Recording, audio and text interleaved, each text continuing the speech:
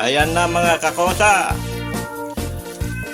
Ito po ang style na tinatawag na tukming nga pinalkang. Ayan. Ayon sa kanta, tukming nga pinalkang. Pinandian lang po yung tukming na yan. Ayan mga kakosa. Pag bumuka na ng konti yan, luto na yan. Hahaluan na yan ng sibuyas, kamatis, at konting bagoong with kalamansi. Ayan mga kakosa. Oh. Bumubuka na yung iba. Kung makita nyo mga kakosa. Oh. Ito ang paborito nilang pagkain. Paborito nilang luto. Tukming nga pinalkang. Ayan na mga kakosa. Bumubuka at bumubula ang iba. Medyo may katagalan po. Binandian ng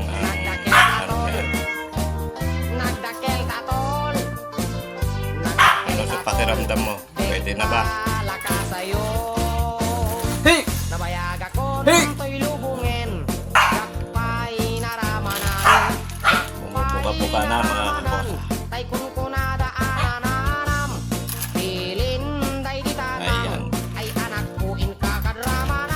Nakain ba kayo niyan mga kakosa? Kasi ako hindi.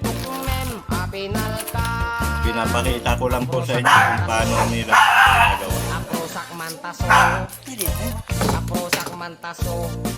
Ito naman yung bagoong.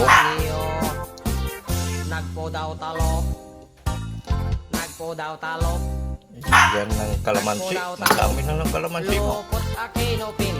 Sige pa. Ayun na yung yellow. Pwede pa yun. Sayang. Nagadongabol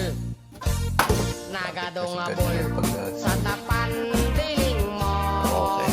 Ayan. Anak Tama na. nakatio, anak nakatio, anak nakatio, pisyal, ibaryo. Ayan na po. Binubuhos na po ang mangoong. Ang tagal ng kamatis at sibuyas.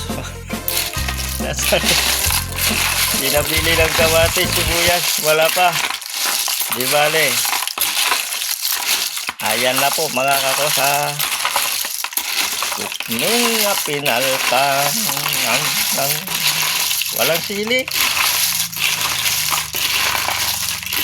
Ayan, gusto nila. Ayan na, dumating na ang sibuyas at tamatit.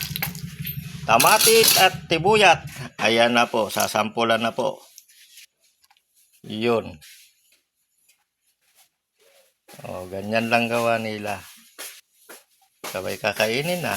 O, yun. Ayun na, tamatit, tibuyat with luya. O, ayan mga kakosa ang tukming nga pinalkang.